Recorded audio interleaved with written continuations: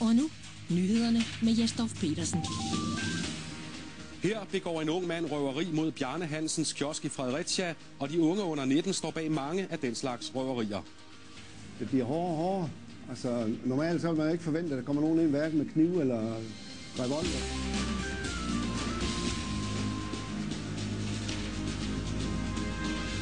Så er der 19 nyheder her på TV2. God aften og velkommen mandag den 26. januar. Vores tophistorie i aften handler om hård kriminalitet blandt helt unge mennesker. For halvdelen af alle de, der bliver dømt for røverier her i landet, er unge mellem 15 og 19 år. En af de byer, der er allerhårdest ramt af røverierne, er Fredericia. I den jyske by er der i dag 24 uopklarede røverier, som politiet mener helt unge kriminelle står bag.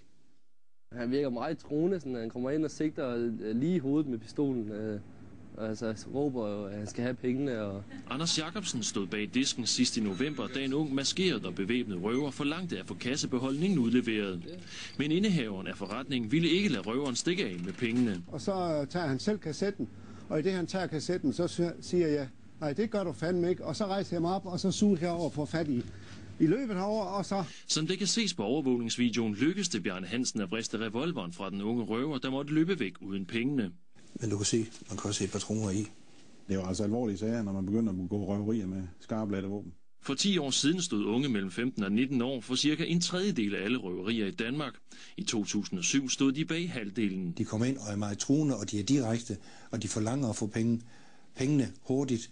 Og når de ikke får det hurtigt nok, jamen så tager de selv penge fra kassen af. Lige nu er Fredericia ramt af en lang række af røverier, som lokalpolitiet mener er begået af unge under 19. Enten mangler de penge til egen fornødenhed, eventuelle stoffer, eller også bliver de truet til at begå det her røveri, fordi de skylder penge væk.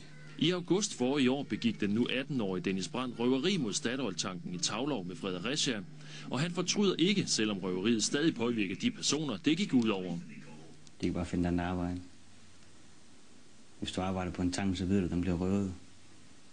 Dennis Brandt siger også, at han har begået op mod 20 gaderøverier. Her fortæller han om et af dem. Vi sagde, vi skal have din jakke, vi skal have dine sko, og din pung og din mobil, alt hvad du har. Ellers så smadrer vi det. Og så tog vi det fra ham. Lokalpolitiet Fredericia har lige nu 4 unge varetægtsfængslede, som er mistænkt for at stå bag nogle af de mange røverier.